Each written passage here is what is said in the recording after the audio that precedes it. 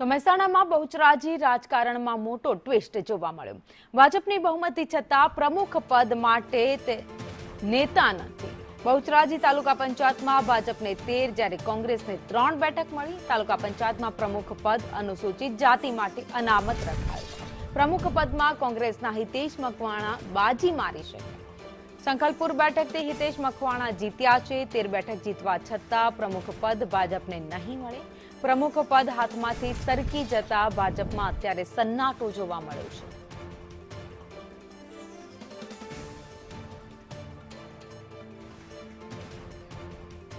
વધુ અપડેટ સાથે સંવાદદાતા પાયલ અમારી સાથે જોડાઈ ગયા છે।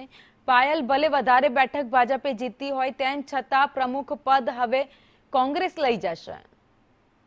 ચોક્કસ ભાવિની, બહુચરાજી રાજકારણમાં મોટો ટ્વિસ્ટ દેખાઈ રહ્યો છે। બહુચરાજી તાલુકા પંચાયત પ્રમુખ પદ માટે અત્યારે રાજકારણ ગરમાયું છે। ભાજપની બહુમતી હોવા છતાં પ્રમુખ મત માટે જે ચૂંટાયેલા નેતા તેમની પાસે નથી। બહુચરાજી તાલુકા પંચાયતમાં 13 સીટ ભાજપ અને કોંગ્રેસ પાસે ફક્ત 3 સીટ છે, તેમ છતાં તેઓ પ્રમુખના દાવેદાર છે। બહુચરાજી તાલુકા પંચાયતમાં સત્તા ભાજપની છતાં પ્રમુખ બને છે શકે છે કોંગ્રેસના ઉમેદવાર। પ્રમુખ પદ અનુસૂચિત જાતિ માટે અનામત છે। પ્રમુખ પદમાં કોંગ્રેસના હિતેશ મકવાણા મારી શકે છે બાજી। સંકલપુર બેઠકથી હિતેશ મકવાણા જીત્યા છે। 16માંથી 13 બેઠકો જીત્યા બાદ પણ પ્રમુખ પદ હાથમાંથી સરકી જતા ભાજપમાં અત્યારે હાલમાં સન્નાટો જોવા મળી રહ્યો છે।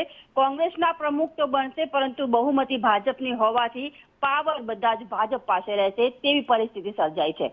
આભાર માહિતી માટે।